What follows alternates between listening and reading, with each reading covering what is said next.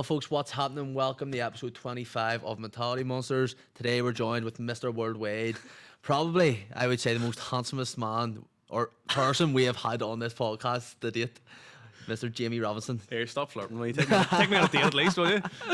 Straight down to the Christmas market. Literally. How's it going? You good? All good, bro. How are you? Yeah, mate, sweet. Yeah, glad to be here. Thank you. Thanks very much for coming down. We filmed last week where we left in Dublin, and I showed him a photo. I go, we've got him on next week. He's probably the most handsomest man we have had on this podcast, and on whatever you're thinking with. But bro, see with this here, we just basically start off just with where you came from and what you were like as a kid. Yeah. So originally from Portadown. I've lived in Belfast for. God bless you. I know, mate. Honestly, don't hold it against me.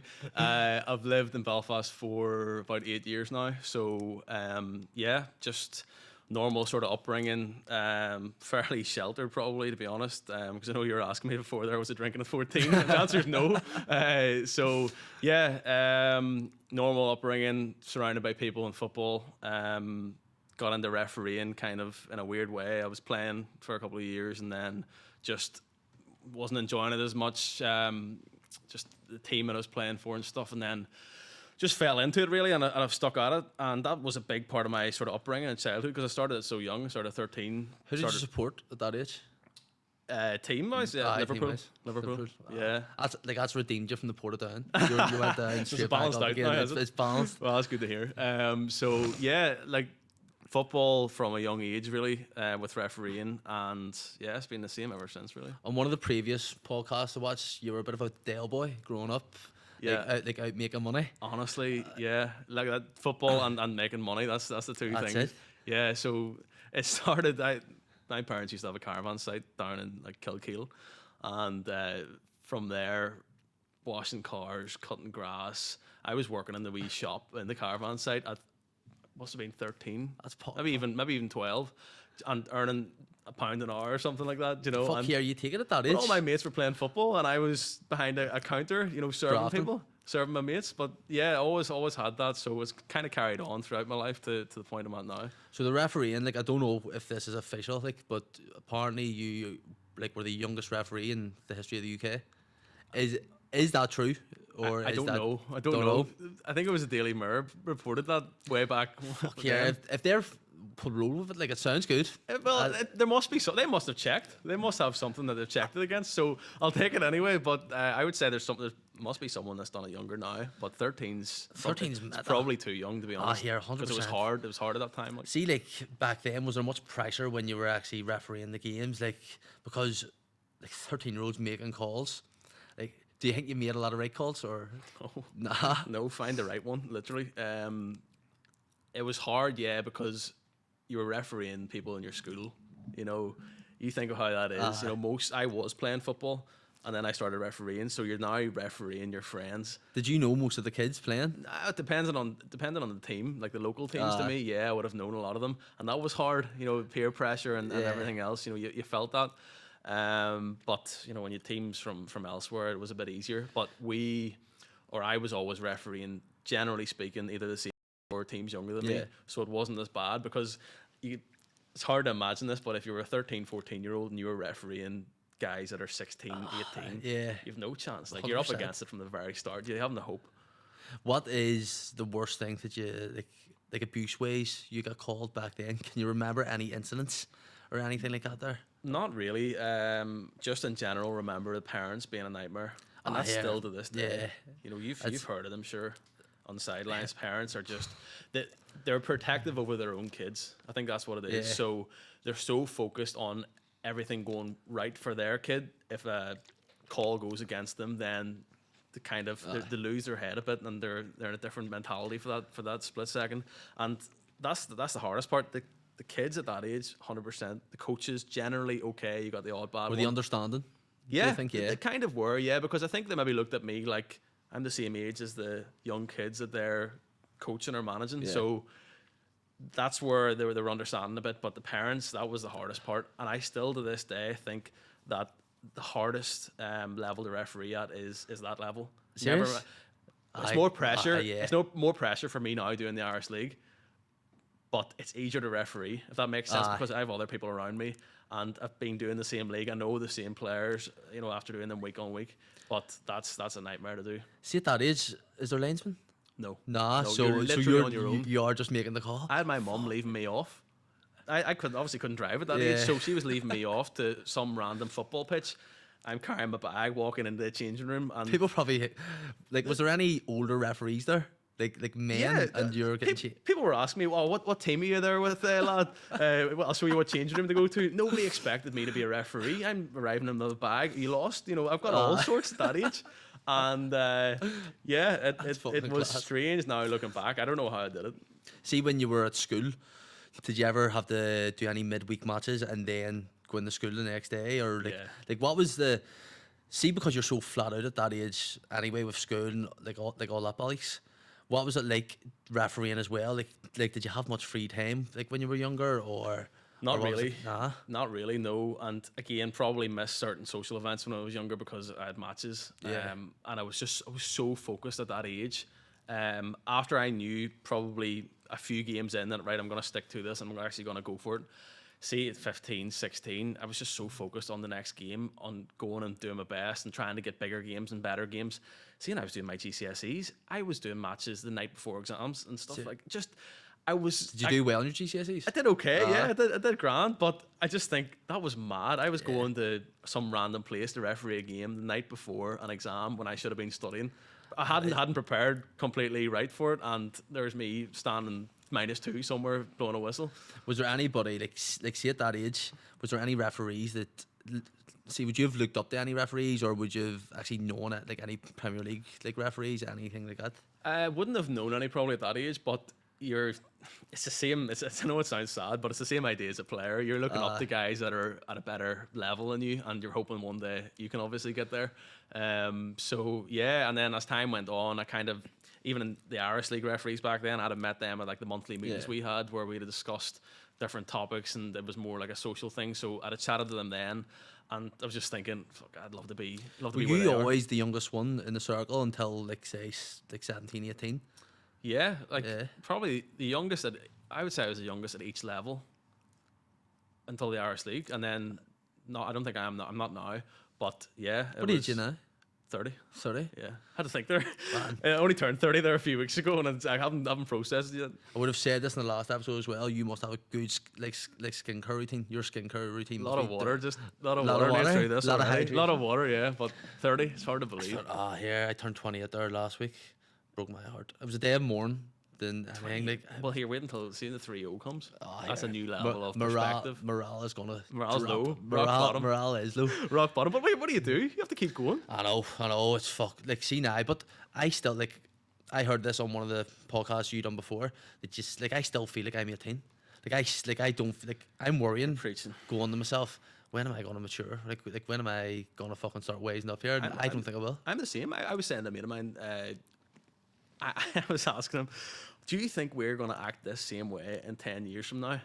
And he said, yeah. And I'm like, we probably will, because I had the same discussion with him 10 years ago, and we're still getting on the same way. I don't think, why should you change? Yeah, 100%. I know it's always said age is just a number. It is. I'm not going to change who I am because I've got a certain age. Yeah. Because everyone else expects me to act in a different way. I think as soon as you lose your inner child, you're fucked. You know what I mean? But that happens to people, especially when society's telling them to get married, to have kids, to have a house by a certain age. Yes, nice to have those things, but do it at your own pace and never sort of change who you are. 100%. You can't. See, when you were doing the refereeing at say 16, 17, so obviously you'd done your GCSEs and stuff, did you know that you were going to try for a career as being a referee? Yeah. At that stage, I was a couple of years in, and I was probably going for it, so I was just trying to reach the next level. So what is the next level? So say you're doing under 18, 19s, what's the next level up? Would you go just like under 21s, or like what's your route into the IFA? So started off just, as I said, going through the age groups as I got older. Then from under 18 probably went to junior men's football, so like the bottom level of men's football. And that was hard. Here. Oh my God. You're going to all sorts of places and Did you ever get threatened or anything like that? Never threatened, no, but you're running around. Guys are still pissed from the night before. you know, and they're not. You can imagine the they're not great. standards, The standards yeah. absolutely awful. Boys running around 25 stone, you can't move, and they're giving you dogs abuse for your decisions. And I'm kind of sitting there like, Jesus, mate, you know, you haven't completed a pass yet. You haven't even ran, and that was hard. And then I went from that to intermediate men's, which is a bit more professional. Yeah. Still hard though, because you have a lot of guys there that maybe have dropped down from the Irish League. Aye. You know, seasoned pros, maybe 35, been around the block, and there's this fresh-faced 18, 19-year-old arriving down, being like, I'm going to tell you what to do now. You know, not like that, but you know how it was. It was hard. See, at that level, was there any players that stood out to you that you've saw in the Irish League now? Don't think so, no, because typically those players will have came through the youth systems of an Irish League team. Yeah, Whereas true. they were typically older players that have sort of maybe played at the same club for their whole career. Yeah. So not really, no. Would have been good if you ref Joe Gormley at Star. I think that would have been class. I'm trying to think when he was at Star. Fuck, probably. When would that have been? I'd probably say 2010. That's even So- mad saying that there too. He might. I think he's 'Cause he probably is a few years older, like. he's probably left Star before I've got to Star's level. But how many did he score that season? Them I seasons? think he scored like 50? 60, Was it like 60? 60 odd goals. Incredible. Isn't He it? is like we named this like his episode the man who's never finished, and again he's shown it this year. He's Crazy. not finished. It is mad. See when you're doing the like Irish League. See when you got that their first like say call up to the Irish League. What was your first experience like? Shit myself. Shitting yourself. Do you remember who it was? Crusaders and Warren Point. Crusaders at Seaview. Yeah. Aye. Yeah. Started. I think it was the first or second week of the season. It was in August. So how do you get approached by the IFA? Is it just on like grassroots basically, like you're going through a grassroots system, then like intermediate and then championship? Is it? Yeah. Or, aye. So basically, you go through those levels. You do the games. They send somebody out to have a look at you and basically say, right, whether you're good enough to go up to the next level or not. They assess your performance on loads of different things, and if at the end of the season you're kind of better than average in terms of the other people that they've marked against, then they'll promote you. But there's other things that come into it, like your age, your ambitions. You know, if you want to move on, because some people don't. Some people are happy enough at the level they're at and just content. But if you show some sort of ambition, you're getting good marks, then they'll move you on to the next level, and then you just go from there. You start again. See at the young age, like doing it like so, well up until say championship or Irish League, how did you handle abuse and pressure? Because I'd say it's tough like for a kid to be fucking like shouted at by fucking a 40-year-old man or like. It forces you to grow up fast. You seem a bit ways beyond your years. You do like. Honestly, at 14, I felt like I was 20. At 20, I felt like I was You're at probably 30. making the money of a 20-year-old at that time. Literally the Proper richest Del Boy. 14-year-old in the world, honestly. But you have to grow up so fast, and it's hard describing to people because you don't truly know until you've been in that situation yourself, and people are shouting at you on a sideline. First couple of games, wow, you know, you're expecting it because people tell you before you go into it, oh, you're going to get some abuse being a referee. I don't think you realize until you're actually in the middle of a pitch on your own, surrounded by 22 players, coaches either side, parents, and you can't win. No matter what you do, what decision you make, you cannot win because somebody's going to be unhappy. Where's the worst place or the most hostile crowd you've refereed at so far? Don't know. Some of the games I've done in Europe, like You are Mr. Worldwide now. Like you're fucking everywhere. You're all about the place. It's been busy for matches the last while, so it has. The last couple of years, it's really been busy. Going to different countries, just wherever UEFA gives me the matches. So, see if you go, say you're going to do the Conference League, will it be 4 referees from Northern Ireland, or will you be joined by, say, a Dutch or like a Belgian It'll referee? typically be 4 from here. 4 from here. And I haven't done a Conference League group stage yet, which has VAR. So they're kind of operating like at the minute they'll have the 4 from here, and then they might tie in 2 VARs from another country. But then they'll either do the game at the venue or they'll do it in Switzerland, where they have like a VAR hub and they do a lot of the European games there. So because we don't have trained VARs here, that's what's going to happen then. What's your opinion on VAR? It fixes the big mistakes. It's controversial. It is very controversial. It is controversial. it fixes the big mistakes. Have we got it perfected yet? Probably not. But I was saying this to somebody else. It was actually Ben O'Keefe, the rugby referee. I was talking to him about TMO and comparing TMO to VAR, so the technology in both sports. And TMO's been in rugby for forever, it seems to me. They've got it so nailed, so efficient. Everything runs so smoothly. They know what they're doing. They're experienced in it. I think in VAR, we've had football without major technology for so many years now.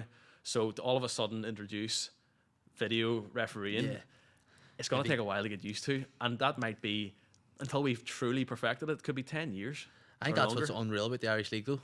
Like, there's no VAR to kick. Do you like that? 100%. I don't know how I feel, because I kind of need to get used to a life with VAR if I'm going to progress. But do you think it would make your job easier? It will, yeah, it should, because if I make a blunder in a game, then there's somebody there to bail me out. Yeah. But I know what you mean about the Irish League. It's raw, it's true to itself. It's like, see, going to, like, I remember went to the showgrounds 2 Novembers ago, I think it was, and just sitting there freezing your balls off. You go and get a coffee, how do you enjoy burger, that? and you're just like, it's shit, but it's like, see, that's like Irish League grounds, I think, are the coldest places in the world. You're telling me, honestly, they are the coldest. I don't know what they do. Where's the coldest for you? Ballymena is freezing. Ballymena, the showgrounds is absolutely freezing. Solitude as well, it's up there. Yeah, Solitude can be cold. They can all be cold in their day. Cold rain up north again, cold. But Ballymena, there's something. It's just so open. I think because there's a stand either side, but there's nothing at either end. So that wind just gushes through. It's the same. Like see that waterworks side at Solitude. Yeah. You can just feel it, and it cuts the face clean off you. Like imagine running around in it. But here, at least you're staying warm. Well, at least you're. What's your see something which. Like, obviously, it's not going to change or anything like that there, but see Linfield playing at Windsor, I think it looks real stupid just because the stadium is always like, even though they own the stadium, don't they? Do Linfield own the stadium? I think and maybe, I don't know. The IFA might lease it. Sounds. I've heard something like that before, so maybe it is. But I think it looks dead stupid. But it's an unbelievable stadium. Like, great stadium. Would you say, or where would you say is the best stadium you've refereed in? Here, and we'll exclude Windsor because Windsor is obviously going to be the best. But where would you say is the best stadium? I'm not sure actually. I don't know why I love the Oval. Just think it looks like it's dead old and. You get a lot of people visiting there from other countries, like ground hoppers. Yeah, there's a good few now. Like there's a good few that have been to the Irish League, and one of the questions we actually got asked before, this is on the Instagram post, is what do you think is the biggest match in? Again, here we can cut this here as well. I'll re-ask the question, but we can cut this out if you don't want to answer it. Do you want to? Are you able to answer it? Aye. So what do you think is the biggest match in Northern Ireland? It still has to be Linfield Glentoran, I think. Linfield, yeah. Have you done a Boxing Day? Yeah. Have you? Last year. Last year It was mad. That'd be class. It was mad. But see, saying that, Linfield Cliftonville's big. And the Irish Cup final proved that. That was unbelievable. I would say those two are probably. It depends what you mean biggest. Yeah. In terms of crowd, probably those two. Aye. Yeah. But games, even Cliftonville Glentoran's a massive game as well. Crews. I think the Belfast teams obviously have a lot of fans. So. Yeah. But yeah. If you're going to Ballymallard, it's going to be. And that's the sort of difference in the league. Sometimes you're going some grounds you're going to and there's 2 men and their dog, whereas other grounds you're going to there's 5,000, 6,000, whatever. Do you think an all-Ireland league could work? Yeah, I think it could. Yeah, I think it could. There's a lot of things to work through. Yeah, don't get me wrong. 100%. There's a lot of admin to go through there to try and make it work. But if you're not open to these ideas, then you won't move forward. I think it's been talked about a lot. Yeah. Will it happen? It's like the summer league idea. Is it going to come or not? Not sure. Like it'd be see for fan, like a fan ways, like going down, like say Cork away. You know what I mean? You'd probably have to go down, stay the night. It's a 6-hour journey back up. Like it'd be stuff like that. There, I think it'd be class.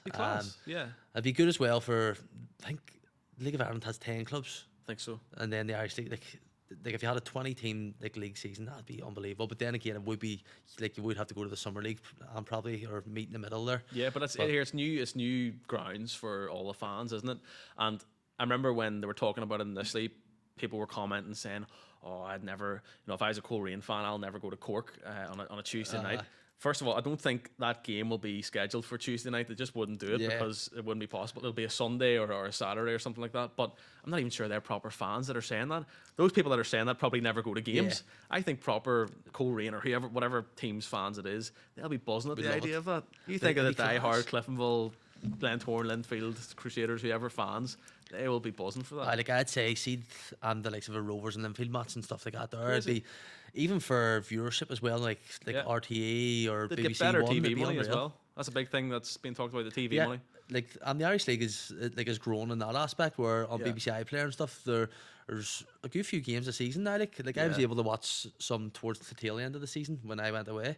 And it was just good actually seeing that there as well. Like you can see the growth of the league. You can see especially with players going to England, you can see like a lot of players that have done well in England, the likes of Mark Sykes and then running going over as well, and Gavin White have actually they didn't go over to the academies. They actually played their trade in the Irish League, and it's a better route now, I think, isn't it? 100%. Like I think it's class. It's good to see. Ronan that's left there. He's flying too as well, isn't he? It's great. It's great. Any player that goes and does as well as him or whoever other names you said. I think it is a better route now to get a few years experience and then go. Yeah, 100%. One of the questions I want to ask you is, I think I might know the answer, but who's the best player you've refereed? Say internationally or in Europe, or has there been any players where you've been like, whoa, that's. It's funny. I dug up a photo randomly. We were talking about a game, Northern Ireland and Norway under 15s that I refereed. Came up on Facebook. It was like 10 years ago. Memory.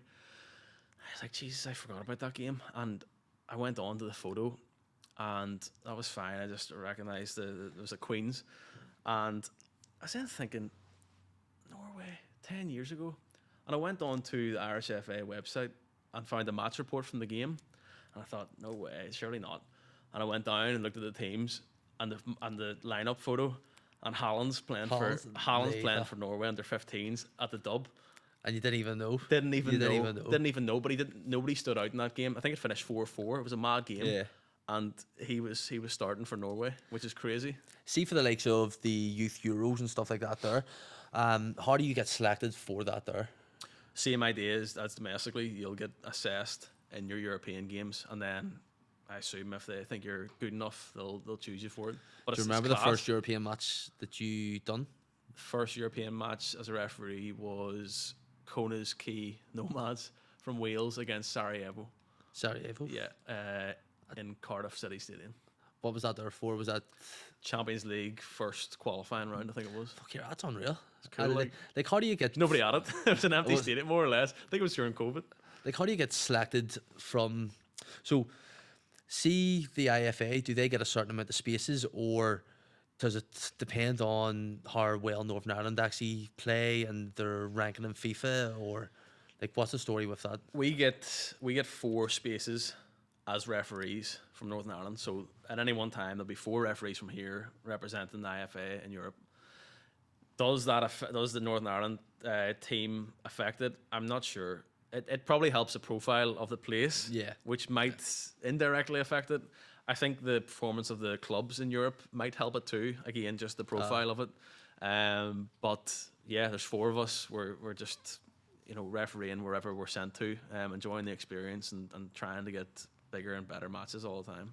I've done a bit of stewarding in Scotland, so I went over with a company and I done the door for the old firm. Like it was a weekend of the old firm where I done the door, but I also went to Falkirk and stewarded as well. And some of the stories I could tell you about, like the stuff that I heard people say to the ref was they took some abuse, and that there was like Scottish Championship too as well. Like, and some of the stories of just like stuff just going on the ground was just absolute chaos. Like it was like the last days of Rome, but like people all over just going fucking meta.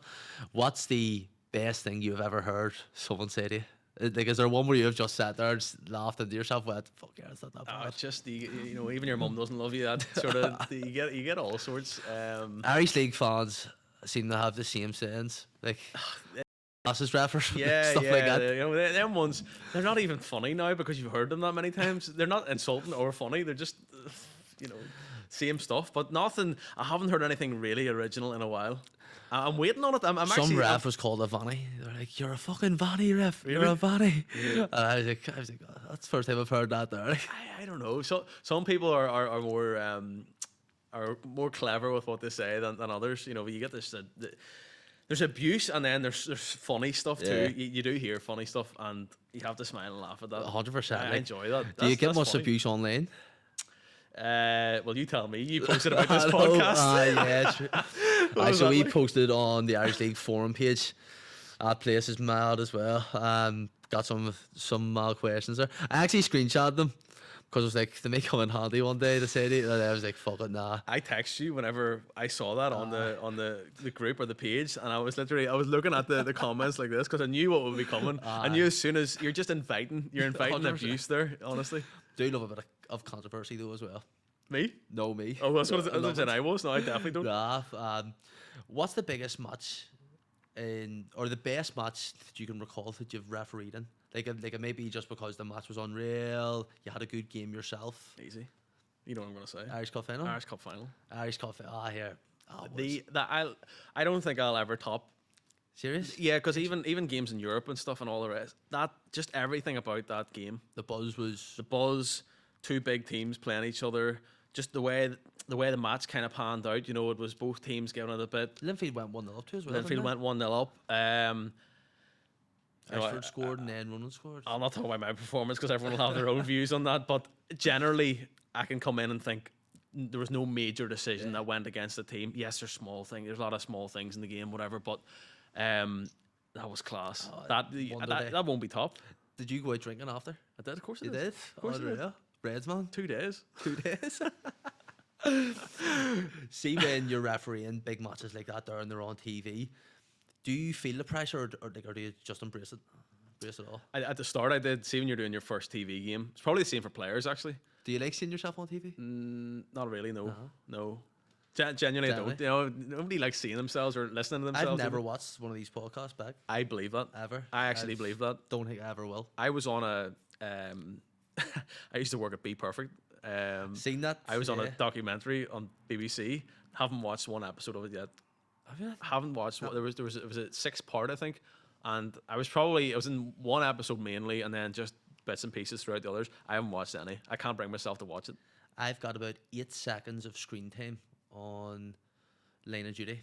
Have you? So I bring in I was the most used extra on that season Right. for the AFOs, and have you watched it? No, Line of Duty? actually, I Nah, haven't, but I know how big it is. There's a big guy called H, and he's like the head corrupt cop, and they find him, and I'm the one that brings him in. I bring him off the Seriously? elevator and into the building, and I checked the viewers. It was like 13.8 million people viewed that last episode. That's and I was mad. like, that's lethal. You 250 new women follow you on Man. Instagram the next day. I was just sitting there just going, this is class. Put the photo and all up on Facebook. You don't need any context. Nobody needs to know the 8 seconds. No context. You're in Line of Duty. But That's it. so I done this here. I done this Line of Duty thing, and the first time I done it, I took a selfie of myself wearing all the cop gear and stuff like that there, and I just wrote, all drug dealers in the district, I want 25% or else. and a load of people started. That's class. A load of people deleted me, and then a load of people started texting me, going, "Lad, what the fuck are you doing?" Seriously. And I was just like, "That's some crack." You My sound sister texted me, saying, "Are you a cop now?" And I was like, me and my sister wouldn't. She lives like a few streets away, but we wouldn't see each other like every day. Yeah. She texted me going, "Are you a cop now?" And I sent her a photo of me just wearing uniform, going, "Yeah, new career choice." Now and she was going, "I'm so proud of you." You sound like me. See that sort of stuff you do just for a laugh. That's what I do. I literally do the same thing, and then just watch it bubble. Just watch it bubble the over. madness go. So funny.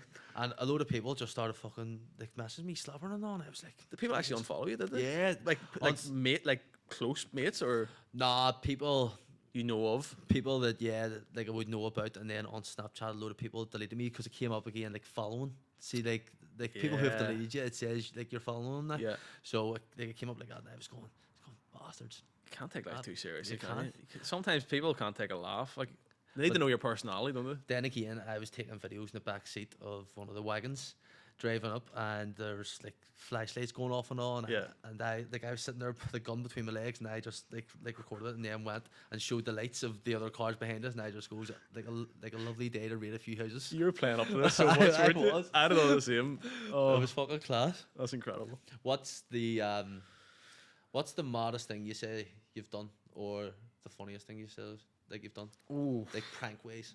prank wise. I don't know. You put me under pressure now. I That can't is. think of a. I We can don't come know. back to it if you want. Come back to We'll it. come back to I'll it. forget about it. Like, but sure, come back anyway and see. Where's your favorite holiday location? Because you're Mr. Worldwide. Tenerife. Tenerife. No, it's You're- Tenerife's good in the winter. Good. Winter Ah, sun. here it's always sunny. It's hot all year round. You've been to Japan though as well, haven't you? Japan's probably the best. Serious? Japan Yeah. was so different, you know, because we'd be used to going sort of back and forth around Europe for matches Yeah. because UEFA. So you find a lot of places kind of it sounds ridiculous, but like look the same nearly. Aye. Europe's people So, forget like Europe. Spain and Portugal and Italy are kind of like Yeah. the same, like architecture and stuff like They're that. the same there. but different, and people can't forget how small Europe actually is. Sometimes, you know, it's just so interconnected. But that was the first time. Been to a few other places outside of Europe, but Japan was so different to everywhere else. Really, really enjoyed it. The people, just a different way of life. They treat life differently nearly to us. They were Did so you get to train respectful. at all? Yeah, Yeah, well, like what was, because there's a book I'm reading now, Atomic Habits, and they speak about the conductors actually on the train and what they do and stuff like that there, and it sounds fucking meta. They're just all shouting and all. I remember getting onto one of those trains. Like everyone will they'll go out of their way to let you on the train. Do you know? They're just nice. You know, if you go down to Central Station here, fucking boys Yeah. bumping into you, trying to get past you. Like, there's no respect towards anyone else. See there, it's everyone else before you. It's such a nice way of living, you know. And the idea of everything being clean and stuff, it's true. Yeah. It really is. It gives you a new perspective on how you should live life and treat people. Fuck here, it is mad because like Japanese in their history of Incredible history. here A lot going see, on. Like, You'll see know when it you all. saw it, like did you see the samurai like temples and stuff like that there, or were you just in Tokyo itself? No, went all around. Went down to Hiroshima. Did you? Oh, Yeah. fuck it, man, I'd love to do that. Class. Well, it's very sad, very Yeah. somber. I know we're speaking about that there, like it's. I know, like, but it no, is. I'd be. What happened there and the people that were killed and stuff. It Mad. puts things in like in the perspective as well. I'd say. Yeah, Going yeah. to places like that there. And again, but that was a nice part of the trip. You're seeing the bright lights of Tokyo, night out or two there. Yeah. You're going to Osaka was nice. Hiroshima completely different. So you're getting loads of different. different angles there on a trip. You know, you're sad one minute, you're buzzing. And Did you do anywhere else when you were on no like Korea or anything like that there, or was it just Japan? and Just then back home? Japan, just Japan. I was toying with the idea of going to Korea as well because it's close, but it's not really that close when you think about it. But it's geographically not that far. But next one's probably South America. South America. Dying to go there next Big summer. class. Would you Yeah. go backpacking or like No. anything like that, or just go? Because I seen there's a deal actually on that at the minute. I think it was Buenos Aires and then Rio, 4 days in each, so Argentina and Brazil. I think it was like haze travel or something like that there. I'll probably That's do fun. like 2 countries. Yeah. I think you can do Maybe. too many sometimes and not actually see the country Yeah. properly. I'll maybe do 2 countries and just go back and forth. Here, have you seen there's a company, it might be local actually, they're doing like a cruise around the world. Nah. Like, I think it's like, Like- it's like 12 or 15 grand, but you can pay that and go to, I don't know many countries it says you go to, but it's a proper like Is it for the- 365-day cruise or something. Fuck yeah, I'd be It's on more, that. actually, it's probably more than 15 grand to be honest. But That'd be I just cool. thought, Here, I'll be lethal. see if I was told like I was going to die or something, that's the thing. I would just jump on that, spend a year doing that, go and visit a load of different Do you countries. think, see, because you run a business and stuff like that there now, do you think you could do something like that there, like go away for a year and travel, and would you still run your business as successfully as you are now? I'm learning to do it better now because I've kind of outsourced everything that I need to. So I can effectively be anywhere and run it. Yeah. So yeah, I probably could, and yeah, I could do it as well. I'm learning how to get better at it. and not have to rely on being like at a fixed location or an office. So yeah, possibly. See, just for myself and everyone else. So I know you do referee products. Yeah. Can you tell us exactly what products you do and where you can find them and all Yeah. that there? So basically, anything a referee will use: equipment, flags, whistles, cards, all that sort of stuff, kit, training wear, that type of thing, different brands, Macron, Nike. So sell all that online. So any referee, any customer can just buy it through the website, and then we also sell to like associations and leagues. So we've different partnerships with different associations in England. We've just signed one there in Australia. So that's the two sort of avenues that we go down. It's quite niche. It's quite niche. It's good though. It's a small market, but it's good because I can link it quite well with my own refereeing. I can promote it well. I've got a bit of profile that if I'm ringing someone up in Brazil trying to get them to partner with us for referee equipment, you know, I'm not just anyone that has no idea about refereeing. I can give a bit of credibility in the call It's and tested and tried. yeah, exactly. So yeah, that's it really. It's going well. It's me and business partner Matt. He lives in England. And Is he a referee as well? he's a referee as well. He's in the English Football League on the line, so he's an assistant referee there. So again, another referee involved in it. So we know what we're talking about, and we know what products people need and might want. So it's a good way of selling it. The way you're saying there, like you do cards as well. Have you ever give a card to the wrong player? See the the Gibbs and Chamberlain one, where as it Gibbs handballed it on the line, like against Chelsea, and then Chamberlain like got sent off. Yeah. Have you ever had like a moment like that? I have, but it's a long time ago. I can't even remember the match, but I definitely have done it. And that's what, you were asking me about VAR. That's a perfect example of why VAR is good. Because if that happened to me, in a game now, it can easily be corrected because there's somebody else watching the screen that can say, Jamie, you've made a bollocks here. You need to go and change the player you've sent off, get him back on and send off this player instead. So that's where VAR actually is really, really useful. Now, it doesn't happen that often, thankfully. But remember Luis Diaz's goal against Spurs last year? Yeah. And that came out, the audio was released as well. Do you think the referee was right to stick to like a decision made, or do you think they could have went back and changed that decision? I'm trying to think now back to the details. I think it had moved on, hadn't it? It moved on, but I think it was only like a minute. It was difficult. It was difficult to go back then on it. So it was like I can't remember the full detail, but yeah, it would have been hard. No, not hard, impossible, because it had gone.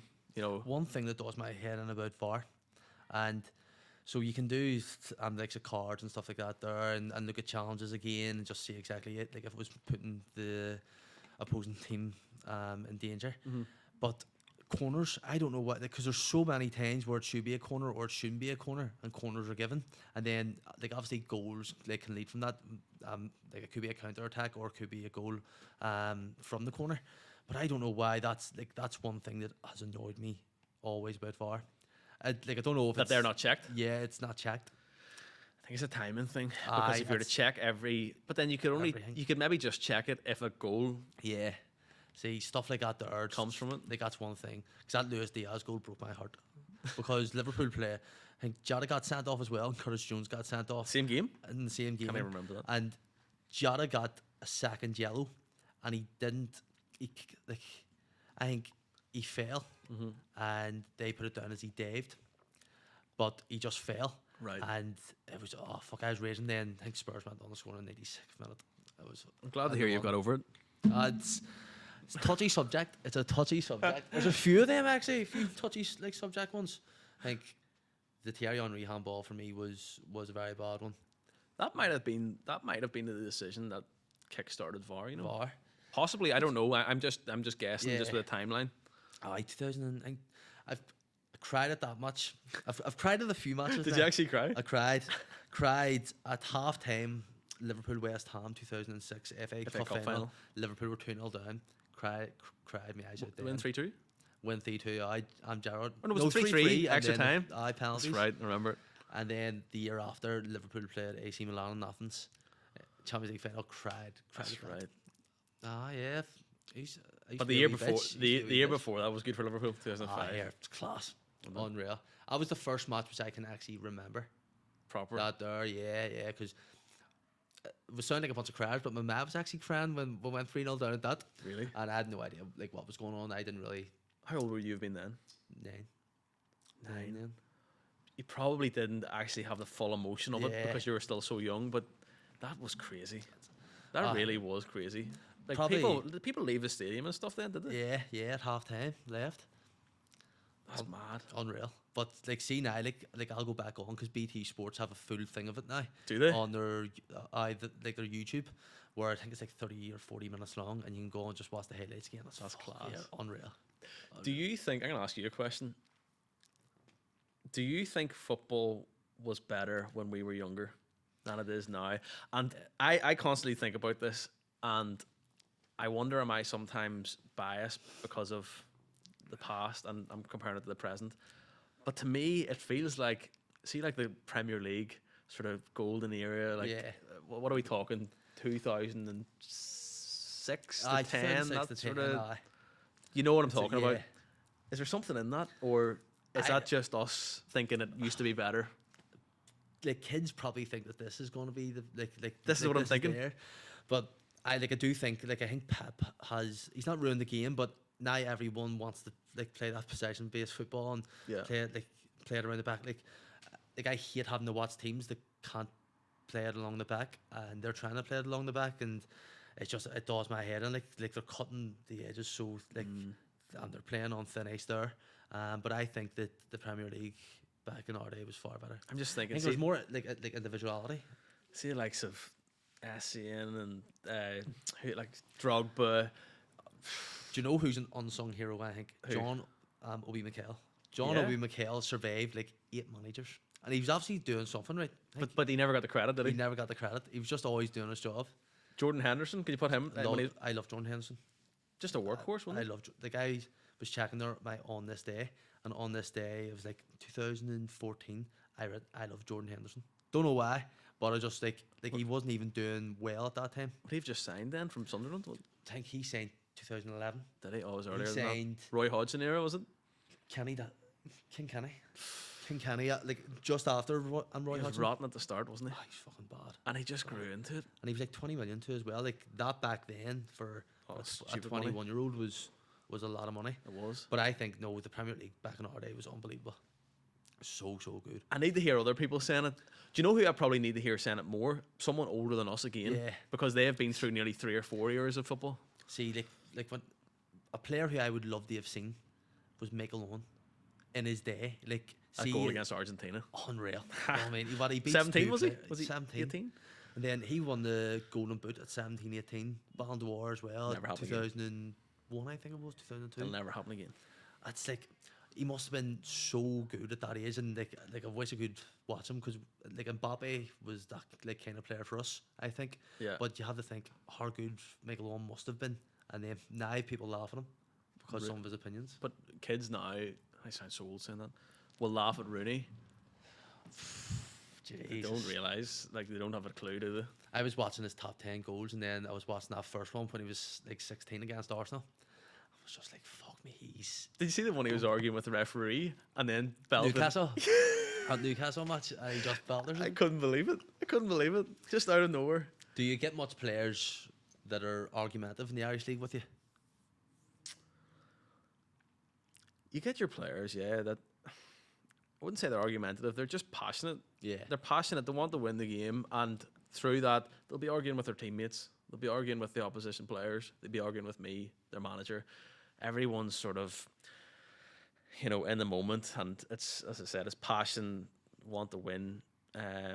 But there's no one really over the top. I Yeah. feel like I have a fairly decent relationship with most people in games now. From the that- players I've spoke to about you, they all speak very highly of you. So Yeah, well, it takes time, doesn't it? You know, I had to sort of earn respect from them yeah, over time.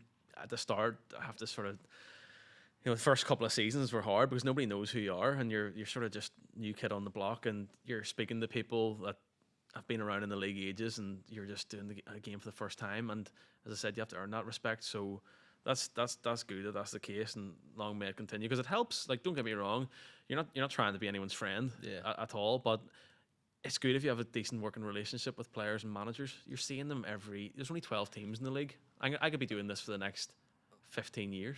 That's what I was gonna say. Like you've basically, there's gonna be players there that you've seen for the last 8-9 years, like a few times or maybe once a month. I mean, you've basically grew up with some of these people, Do you know? they've grew up with you. Do you know the scariest part? Whenever the players at your ref start becoming managers, and you just feel so old. So even Who's like, done that there? well, I'm just thinking Gary Hamilton, would he be one? Gary Hamilton. Yeah, probably would have refed him just at the very end. Jim Irvin there recently with Ballymena. There's others I can't just think off the top of my head in the league, but that's just, or even coaches. You know, they go into coaching and you're like, Jesus, I'm getting really old here. Like I've refereed them, and it'll be worse. See if like, I don't know, if I'm refereeing someone's kids or something like that. That's it. It's time. The whistle is being hung up, and I'm walking away. I can't deal with it anymore. But it's mad that UEFA Youth League games are just it's the next generation standard class. Yeah. It's under 19. It's they're all well, it could be anything from 17 to 19. But yeah, really really good standard. And in the Irish League, you get boys. I would do the under 20 league, the odd time, and you're seeing the players and ex-players come through the Irish League teams. A lot of them don't even hit the Irish League teams because they're straight over to England or Scotland. So you see some good players in there. Warren Finney's son go to Spurs. Yeah. Yeah. I think he made a couple of appearances for the first team. Yeah. Glenn's always seemed to be doing that. They always seem to fire in a few young players here or there, and then they end up moving over. But I seen your wee lad, I forget his name, for Cliftonville, 15. He got an assist there. I was reffing that game at Armagh. Armagh City, Cliftonville. Yeah, I think he came on towards the end. Fuck, you're unreal. Yeah, that is 15. That's quality. But it's bravery too from management to put him in. Yeah, because it's very easy just to not let those guys near it. It's the easy decision, like it is, isn't it? It is quite brave. And look, if it pays off, you're amazing. And if it doesn't, if you concede or something from it, if you're trying a young player, then you're the worst in the world. So I know it's hard for them as well, but it's nice to see that they're getting opportunities. See, even at this age here, how would you process a bad decision? Is there like bad decisions you've made, do you think, or like you're just sitting there going to yourself, fuck, all the time? All the time. There's I make wrong decisions every single match, but a lot of them are minor decisions. Yeah. Throw-ins, maybe get the wrong way, goal kick, corner kick, which I know does your head in. We'll not talk about they'll happen every single match, but there's no player that doesn't make a mistake during a game. Oh, 100%. So, but it's the big decisions. If you're talking about the big decisions, you're just hoping to limit them as much as possible. And if you do make one, you hope that it's not match defining. Yeah. You hope it doesn't cost a team. Would that be in your head the rest of the match? Yeah, or do you just have to a little bit. You'd be a liar if you said you weren't thinking about it, but you have to try and just so you have to try and forget about it for the rest of the game at least, and then after you can look at it back and work out, right, is it definitely wrong? Okay, why did I get it wrong? And then would you analyze those kind of decisions and learn from them? Yeah, quite a lot. We get all the clips from every game, so they'll cut them and we'll get them on like a Sunday. And yeah, you're sometimes dreading the clips coming through on a Sunday because you know, fuck, I know I made a howler there. Like you're obviously well established now in the Irish League. See, for you to move on to the Premier League, is there possibilities for that and opportunities? Not really, no. Nah. Nah. So if there was, like, what is the route to actually get into a league like that there? You literally have to move. Like, you have to move to England, and then, I don't know, they might put you into a level that's equivalent. Could you get it? So it's through the FA, like, obviously with them. Could they sort out the likes of accommodation stuff for you if you were wanting to move over, or is it just you moving off your own bat? You're moving off your own, but it's two completely different associations. So people ask that all the time, and it's not like players where a team signs them and they move. Yeah. It's two associations. Oh fuck, mate! Sorry. How are you even gonna put this in now? We're just putting it in anyway. Sorry, folks. I've been laughing a bit too much. But see, if you were to move to a league of your choice, what league would you go to? Well, it would probably be the Premier League. The Premier League. Yeah, it would have to be. What's your dream match? The referee. That's a good one. Old Firm. Old Firm. Oh, that'd be. I just think the easy choice there is Man City, Liverpool, or some of the South American derbies are class too. Is it River Plate and River Plate and someone?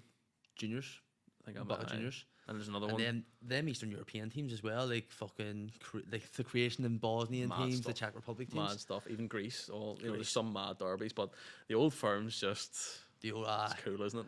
I think, see now, the old firm does my head in because, well, a lot of things in this podcast are doing my head in apparently, but You seem to See- be enjoying it. see the fans, like Yeah. the away, like allocation for fans, that really fucking annoys me. I know. Like- Are they going to change that soon? I fucking hope so. How That'll long has it be- been the case like that? I think since Brendan Rodgers left. There's Kevin.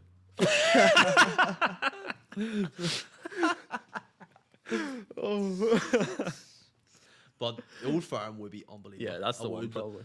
Like, if I had like the go to a match in the away section, that that one? would be the match that it would. How many are they allowed out in at the minute?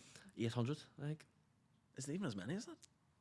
I think it could be 800. I know there was one of the lads. He went to one in Ibrox, and it was very. I thought that there was Kevy again, like, and there was only fucking like a handful of them. Like, but I'd say it'd be class. Like, see that there being like 50-odd thousand fans around you, and like there's only a few hundred off you. Like, it'd be I've actually some buzz. I was at Celtic for a Champions League game there recently against Bruges. The atmosphere is Do you go to the unbelievable. first like team match? Yeah, Yeah. so we went to the first team match in the evening, and For atmosphere free? was unbelievable. Yeah, of course. Unreal. But I went to a Rangers game in the league, like years and years ago. It was a trip, and like both like they're just too. They've got so many fans. They're unbelievable atmospheres. Like How so, do you think I they do in the Premier League?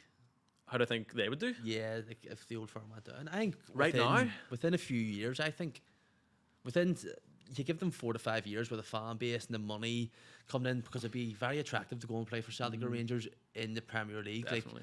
there's a lot of players I would say that would jump at the chance, but probably wouldn't want to go down in the quality of football. But if you put them into that their league, I think they could attract some big players, I'd say. Yeah, do you think they'll survive? It's hard to know, isn't it? It really is. You don't know what level they're at. See, like Celtic at the minute doing well in the Champions League, but that's what, twice a month Yeah. at the minute. Like, so playing that standard week in, week out, it's a long season, 38 Yeah. games, long season. Like, so be Don't be think, tight. don't think it'll ever happen though. Nah, You? nah. Nah. Ruin Scottish football in general. Like, no, Yeah. gonna be because it's a bit weird in Wales as well, because Swansea and Cardiff, they're in the English league, Strange one, isn't it? and then their league's not the best quality in terms of the No. Welsh league. Question: we've tried to ask this question a few times, but Right, let's well, do it. like this is like it is a serious question, but the amount of abuse that you actually receive like on a daily basis, just like each week, it's you are just trying to do your job. Does it have an effect on mental health for referees? Personally, no, not for me, not right now. Yeah. But that's only because I've had years of experience of getting used to it. Do you think starting so young has helped you in that there It's aspect? helped me in that aspect, yeah. But we struggle to keep referees, new referees that come on, pass courses and start refereeing because of the abuse. I don't know the actual numbers, but the percentage of referees that are still new referees that are still refereeing 6 months later is really, really low, because most will start, do a couple of games, and then be like, no, Yeah, this isn't for me. it's probably like, again, it is a lot of pressure and stuff like that. Yeah. There, especially if you're say like a 21-year-old and you're being thrown into like say Albert Foundry versus Star. You know Yeah. what I mean? Like even at that level, it's a feisty kind of match. You know what I mean? There's Yeah. a lot going on. You know what I mean? You make a decision there, you're probably getting 4 or 5 players bounced on you straight away. No, it's fine. It's fine now. I have enough other things that'll affect my mental health. Football's the release, but it might affect others. I don't know how others cope with it, but you know, I think just people, you become used to it, and the players are the same in the Irish League. Like, they're getting abuse from fans, and everyone deals with it in their own way. I can't. If I don't hear it because of the noise, I just don't process it. Yeah. It doesn't come in Do anymore. you kind of zone out? when Yeah, all this is- I don't hear it or process it. So someone might be shouting something, screaming as I'm walking in, and I just see a guy with foam coming out of his mouth, you know, Or a big red head. Guy with like ginger hair with like a Clinville scarf around him, and We Marshall's Well, just no. giving it stacks. Listen, it could literally be from any team, but people lose their head at football matches. Yeah. And this is the thing. People are different people at football matches. They're very I'm sure you've been, emotional at a game you've been aye. at. Everyone is. I probably would be if I was a proper supporter of a team.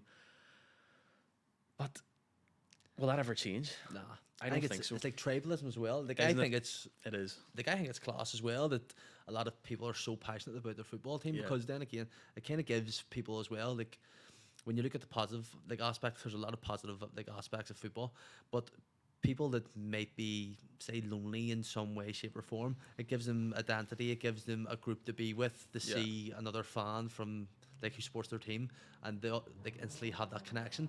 So Maybe it's good for mental health then.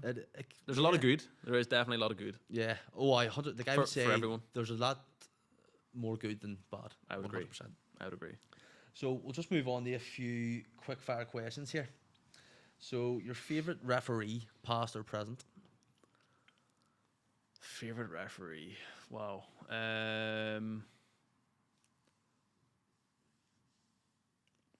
Don't actually know. I never get asked that. We spoke about a certain someone earlier on, and I think he's the best referee ever. Mike Dean. Mike Dean, man. Yeah. Or the Greek guy. Is he Greek? Big bald guy used to like. Kalina. Yeah, him or Italian? he. Yeah, him Yeah, or. he's a sort of number one name for people to use. Yeah, Mike Dean. Mike Dean's the man. Mike Dean is brilliant, and He do you know why he was brilliant? He just refereed with his personality, and he made mistakes like everyone else. He was a good referee. Don't get me wrong, but the shining thing about him was he just didn't care what anyone thought, did he? He's class. And he entertained people without probably even trying to entertain people. There's a video I share of him each few months on Facebook because it comes up my on this day because I share it so much. Which one is it? It's like a compilation video of like 3 minutes of just stuff that he's done. It's amazing. There's one I think Spurs score and they run away, but he runs away like that there as well. It's gold. fucking It's class. comedy gold. I was saying to you before, I'm trying to get him on in the new year on an Instagram live with me, literally to talk about nothing but those funny moments and just have a laugh about it. So we'll see if that happens. It'll be good value if it does happen. 100%. And here I'll be tuned in to watch that. Yeah. Your favorite movie? Favorite movie? Shawshank. Shawshank. That's a That's solid it, but one. it's a standard answer. It isn't is. It is. It's a standard answer. It's pretty basic. What's your favorite football movie? Favorite football movie? Like you don't strike me as a guy who would watch football movies. Like No, I don't Yes, actually. nah. I can't even think of one in my head. Goal. Never seen it. Have you not seen No, Goal? no. Oh man, Jesus. Jesus. I feel like you're judging me heavily here. I see enough football. I don't need to From- watch any films on it. Went from Portadown to Liverpool. And now we're then back down again. Well, But here, we could redeem this here. let's see. Your favourite series? Ozark. Ozark. Never watched it, but I've heard very good reports of it. I'd like to Ozark, watch just it. really enjoyed it. It's all about money laundering, a wee bit of drugs. It's good. Ozark, or what else would be good? Did you ever watch Lost? Lost. Watched it there about 2 years ago. Like again, like It's I watched old, it like before, it's yeah. from ages ago. That was a Aye. good series. That kept me wanting more. Like it was Here, really addictive. There was class. There was a new one, Manifest. Right. It's on Netflix, I think. So this plane vanishes for 5 years, Right. and then lands, and everyone still thinks they're in like say 2008, but it's like 2013, and the cops have surrounded the plane now, and I love this. they're love trying to this. discover what exactly has happened to them and where they went. It's fucking lethal. Similar to Lost in a different way. Yeah, isn't it? yeah, it's class. And just to add, by the way, I barely watch series, so my Ozark answer isn't a true. I haven't watched 100 series to yeah. be like Ozark's my favorite of those 100, because I bet you people are probably thinking, oh, Ozark was good, but it wasn't my favorite one. Not So here. By the way you described it there, it sounds decent. yeah. So this may be a bit of a hard question for you. Oh no. Who's your favourite actor? Because you don't really watch much TV and Favorite actor?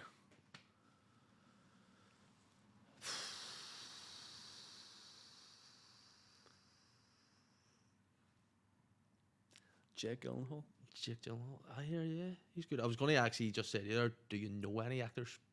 And then we can take that. But Jake Gyllenhaal, we'll take that there. Who else? I've Could lost be- his name. Cavi, maybe. No. Okay, I literally can't He's- remember his name. Ricky Gervais. Ricky Gervais, aye. What an Ricky actor. Gervais, aye, class. Never mind comedian. He is. He's aye. brilliant. Did you ever watch the US Office? Yes, US Office is both offices are brilliant. unreal. How many times have you watched each episode? I've watched the US Office now probably about 6 times. Just to- Joke, like it's always funny. it's You unreal. just keep going back, don't You you? can like put it on just for background, or you can just sit there and watch it. It's quality. Yeah. So you can do Portadown and Belfast or just Belfast because you've lived up here for the last while. Your favorite takeaway?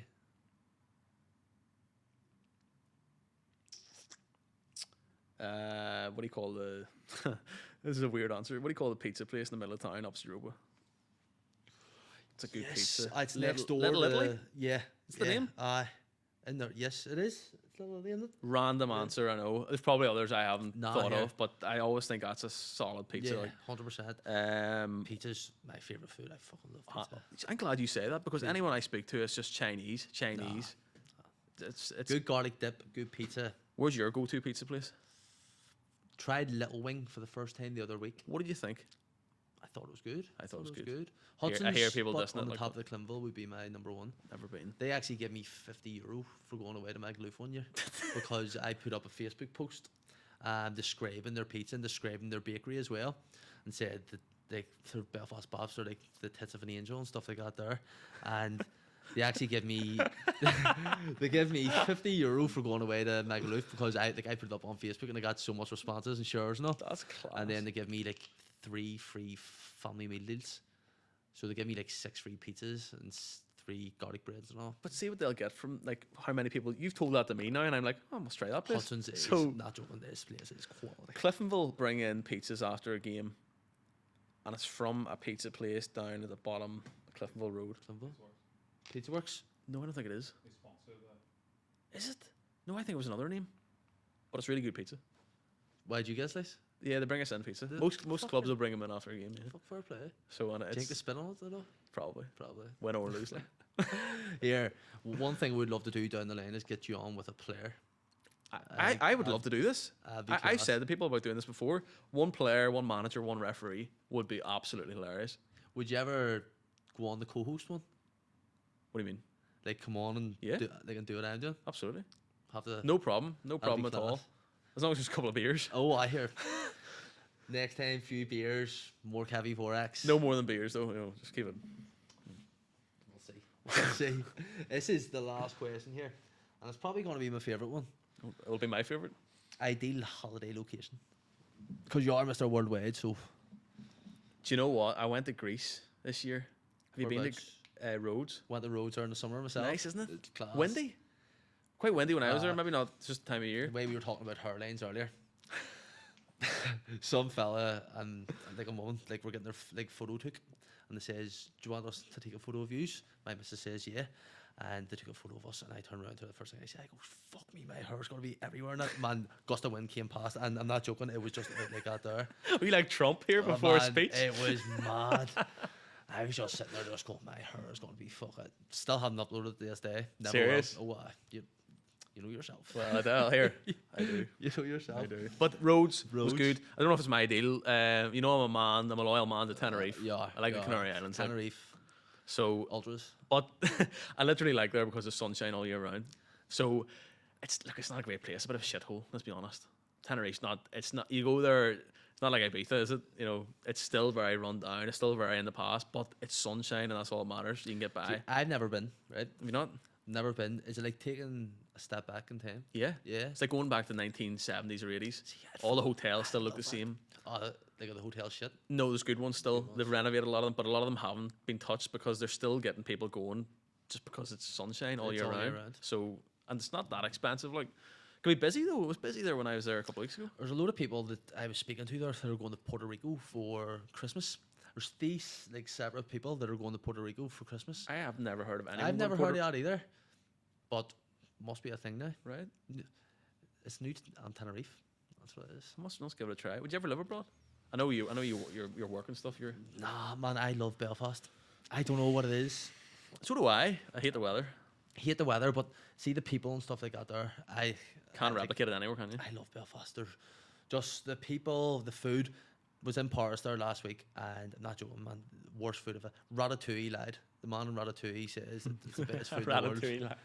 Ratatouille fucking lied to me. But they says it was the best food in the world, and it wasn't, man. It was. See, the best meal I had out there was McDonald's. Had McDonald's one night, came back from Disneyland, went straight to McDonald's, and man, it was fucking phenomenal. Good luck in Japan if you ever go there. See, man, That's hard work there. Like that's the only thing. But you'd probably get used to it. You'd probably have the to. Asian cuisine would be right up my street. It's difficult. Like it's difficult because we're from a country that's just we're very plain eaters. We are, and we know what we like, and we don't like diverging away from that, do we? Like I put on jalapenos on my stuff, and I think I'm Mr. Worldwide. Jalapenos, you mean? That's what they are here. Like, don't be saying their proper name. Bit of taco sauce. Oh, why? Actually, I'll make this my last question. Have you ever had a chicken fillet roll? No. Nah. See, down south, they're mad about these big chicken fillet rolls. Really? It's just a baguette with chicken. I get taco sauce, cheese, jalapenos, all the good stuff in it, and then just fun spread it in garlic sauce and taco. It's fuck. They need to start. They need to stop coming up with all these new ideas. Like, fucking remember the spice boxes, or munch boxes, spice bags, spice bags. They do that, spice bags. That was started down south, wasn't it? Yeah. And then it's kind of died away a wee bit, but it was a whole big thing. Remember? Up here now, there's a place in Ardoyne does them. Apparently, they're very, very good. Like, but see, I try and stay away from all that stuff because man, see, as soon as I eat something, it goes straight to my face. Like my body will stay the same, but my face expands. And man, I don't think you're eating too much of that stuff. Like I think by the look at you, you're on chicken, eggs, just a normal. See, once we wrap nothing up here, else. I'm going to show you a photo and show you the times of the photo, and 1 minute apart, and I look like a different person. Seriously, that's mad. Is it like a reaction or something to bad food? Is it? I don't know what it is. Just chins start coming out. I wish I had a reaction to bad food. I really did. I really do. Because I don't want to eat it. I'm hooked on eating it. So if I knew I was going to get like a bad reaction, I just wouldn't eat it. All the good stuff, all the things that taste good is bad. 100%. Do you know anything that tastes good that's good for you? What? No, well, I don't know. Oh, do you know that? Steak. You were tell steak. Me. Steak. But then they say red meat's no good, so. But I enjoy a steak. Everything's no good nowadays, though. That's the problem. Everything, like. Can't even drink tap water now. Let's see. Utter woke nonsense. Any wonder I can't sleep at night. Too much. Honestly. But bro, thank you very much for coming on. I know I've kept you long enough now. You've been here for 2.5 hours. The market's await. The market's await. Hopefully it's still fucking opened. I know. Bro, thank you very much for coming on. Appreciate it. Thank you, man. Yeah.